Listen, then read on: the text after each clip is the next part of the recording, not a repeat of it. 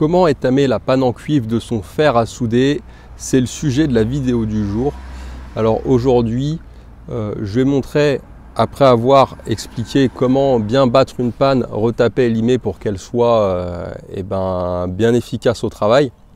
En faisant des recherches, j'ai trouvé des informations intéressantes sur les principes de l'étamage du cuivre et c'est quelque chose que je vais essayer dans cette vidéo. Donc c'est la première fois que je fais ça et l'idée c'est de partager l'expérience avec vous et aussi d'ouvrir la discussion avec les personnes ici qui suivent ces vidéos et qui le font déjà ou qui l'auraient déjà fait et de connaître vos retours là-dessus.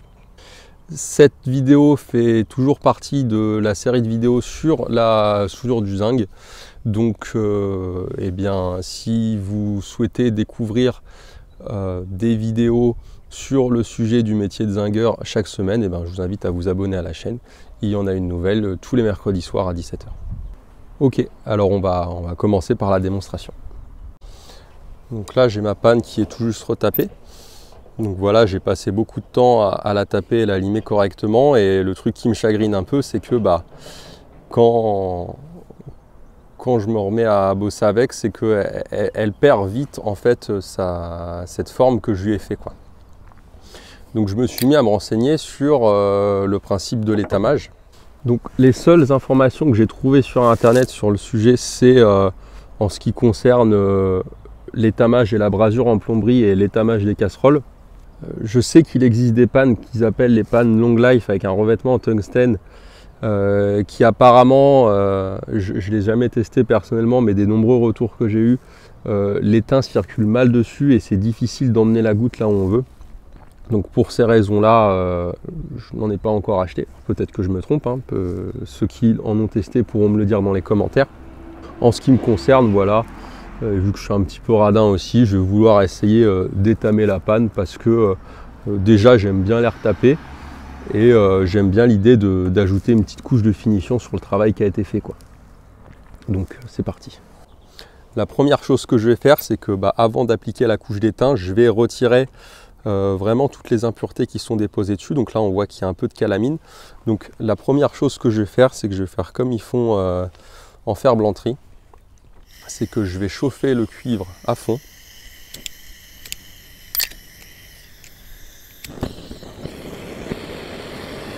L'idée c'est quoi? C'est de le chauffer jusqu'au rouge et de le refroidir brutalement dans un seau de flotte. Et de cette manière, en fait, je vais refroidir brutalement et ça va rendre plus facile le nettoyage de la calamine à la brosse métallique. Donc ça va déjà être une première étape. Donc le temps que ça chauffe, je vais bloquer la panne dans l'étau.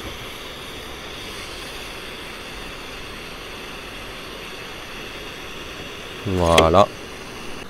Et ce que je vais faire, c'est que je vais relayer avec le chalumeau pour que ça aille un petit peu plus vite.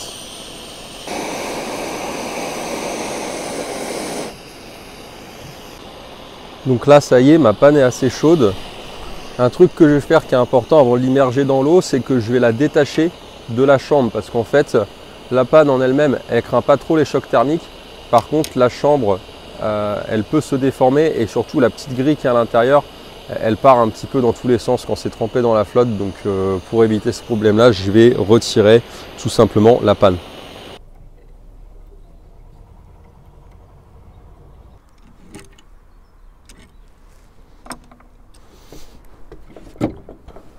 Voilà.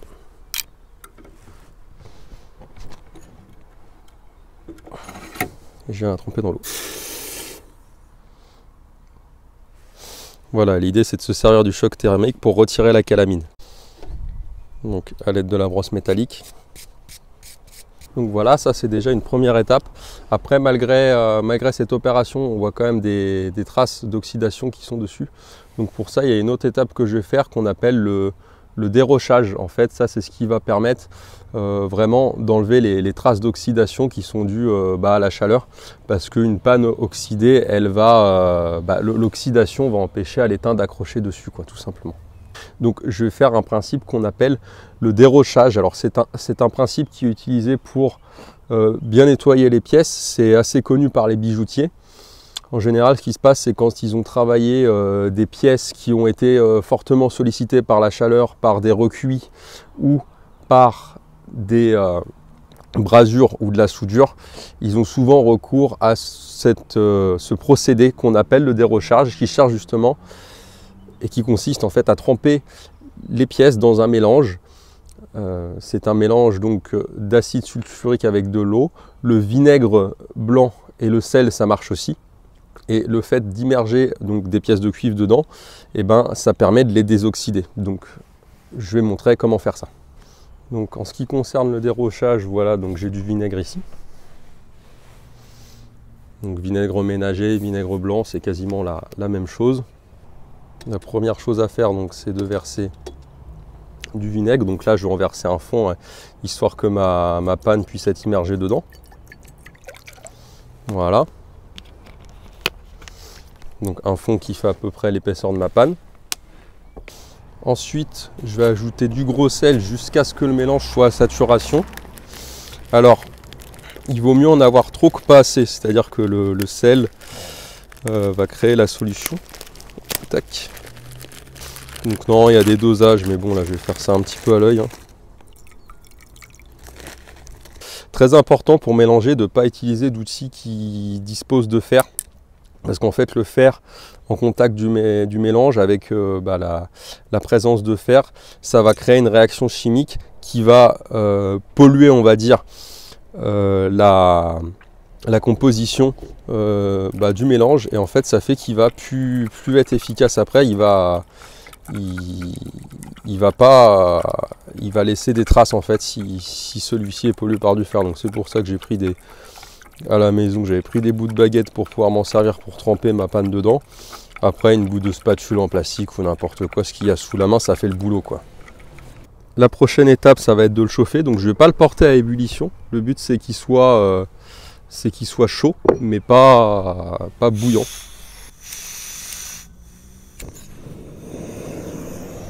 Donc ça, pour info, c'est un plat en Pyrex, hein. C'est des plats qui supportent la chaleur.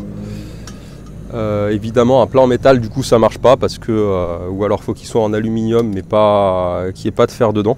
Je vais me servir du couvercle pour que ça chauffe plus vite. Donc là, voilà, le mélange il frétille tout juste, donc je vais en profiter pour glisser ma panne.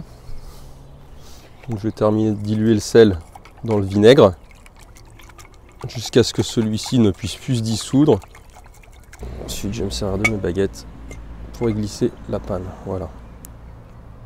Donc là voilà, attendre à peu près 5 à 10 minutes pour que le dérochage se fasse correctement. Donc voilà, là ça fait un petit peu plus d'une dizaine de minutes que c'est chauffé. Je vais retirer voir ce que ça donne. Voilà, donc on voit que ça a pris un petit peu plus de brillant. Par contre, il y a toujours les traces de calamine, donc je vais essayer de les retirer mieux que ça. Là, j'ai pas réussi à retirer totalement toutes les traces de calamine que je voulais, donc je vais faire un peu comme on fait sur de la soudure sur du zinc oxydé. C'est que dans le cas où les produits décapants ne fonctionnent pas, et ben on va passer sur un décapage mécanique, donc avec la disqueuse et le disque abrasif.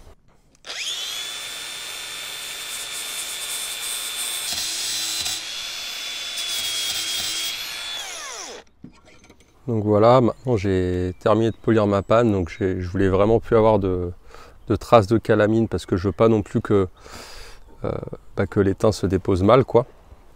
Et maintenant ce que je vais faire, c'est que je vais remettre un coup de lime pour recréer les rainures.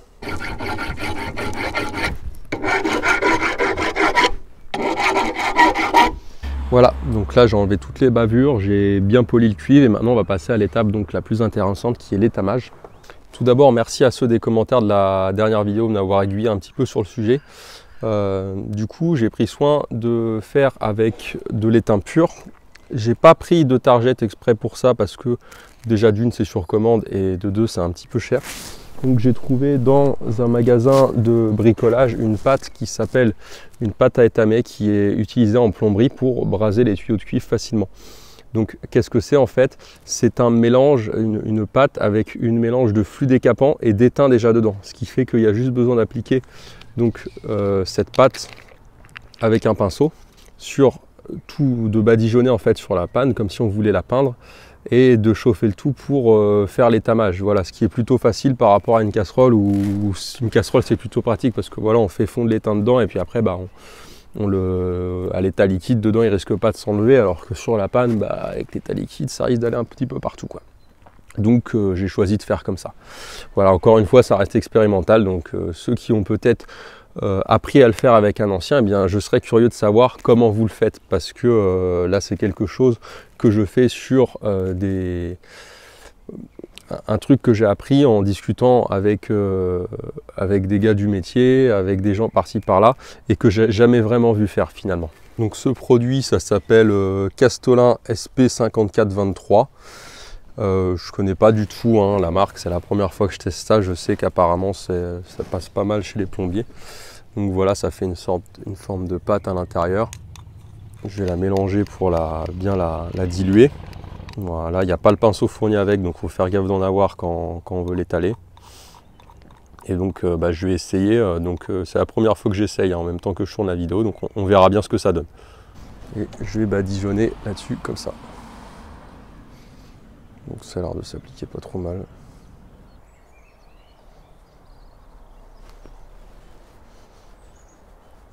Voilà, donc ça y est, la panne est toute badigeonnée. Maintenant ce que je vais faire, c'est que je vais tout simplement chauffer le tout avec un chalumeau, et tout ça en fait ça va braser l'étain dessus, hein, voilà, comme je vous ai expliqué, c'est fait pour les tuyaux en cuivre pour les braser, c'est brasé sur la face intérieure et la face extérieure pour que ça prenne bien facilement sans qu'il y ait besoin de fil de fer en fait. Donc voilà, avec ça ce que je vais prendre, c'est un bout de chiffon en coton. Donc coton parce que par rapport au synthétique ça fond pas et ça fait pas des vilaines traces, parce que voilà, si c'est pour l'étamer et que on est du plastique fondu dessus, c'est pas la peine. Et je le mouille légèrement pour pas le brûler. Voilà. Et maintenant, je vais chauffer le tout avec le chalumeau.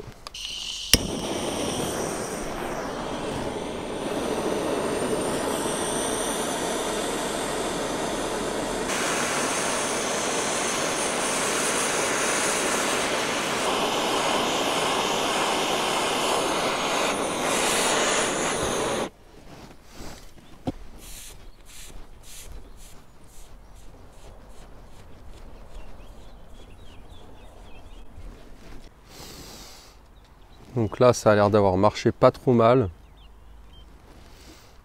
Ça m'a l'air d'être un petit peu léger. Donc ce que je vais faire, c'est que je vais en remettre une couche tout simplement pour être sûr qu'il y en ait une bonne couche de protection.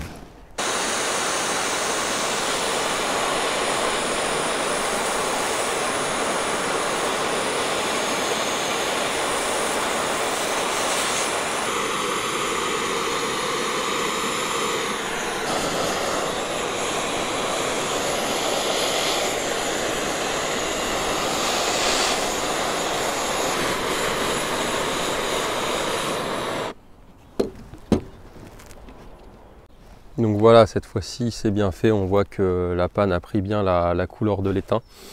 En fait, tout simplement, ce que j'avais fait, c'est que j'avais mal compris au début.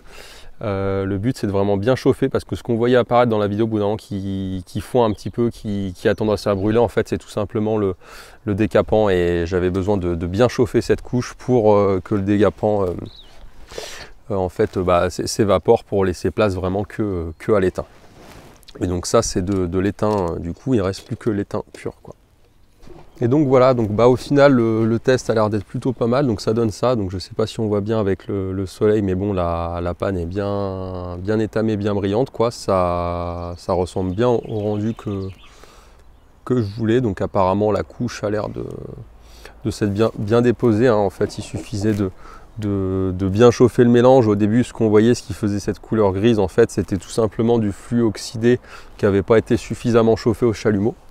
Mais voilà, bon, en tout cas, visuellement, ça me plaît plutôt pas mal. Ça fait un petit outil qui sort un petit peu du lot de ce qu'on peut voir d'habitude. Je vais essayer, et puis après, je vous dirai ce que ça donne à la soudure. De toute façon, on le verra ensemble, parce que les prochaines vidéos, ce sera le travail de la soudure lui-même, parce que là, bon, je pense qu'on a plus que fait le tour de l'outil. Et donc maintenant, on va voir ensemble si le fait de l'avoir étamé, ça fonctionne bien ou pas. Si le fait de chauffer, si la couche d'étain, elle finit par s'estomper avec la chaleur lors du travail ou pas, et ben on va le voir, quoi. Là, il s'agit d'étain pur, hein, comme j'avais dit apparemment, parce que le plomb en crasse un petit peu. En tout cas, c'est fini pour cette vidéo.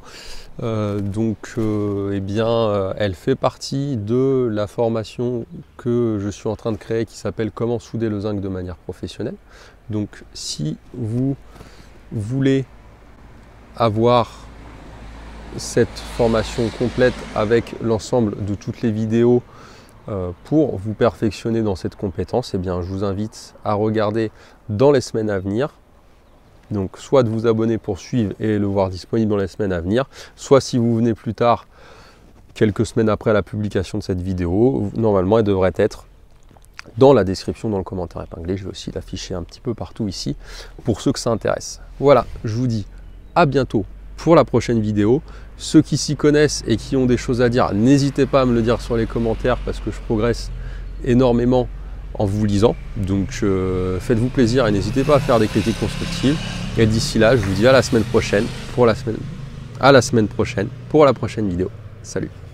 Un dernier point aussi que je voulais dire que je n'ai pas précisé, c'est que maintenant le fait qu'elle soit étamée, ça nous empêche d'avoir recours à la brosse métallique et à la lime parce que effectivement on va estomper l'étamage. Donc c'est un petit peu comme les pannes longue durée, longue life qui sont commercialisées.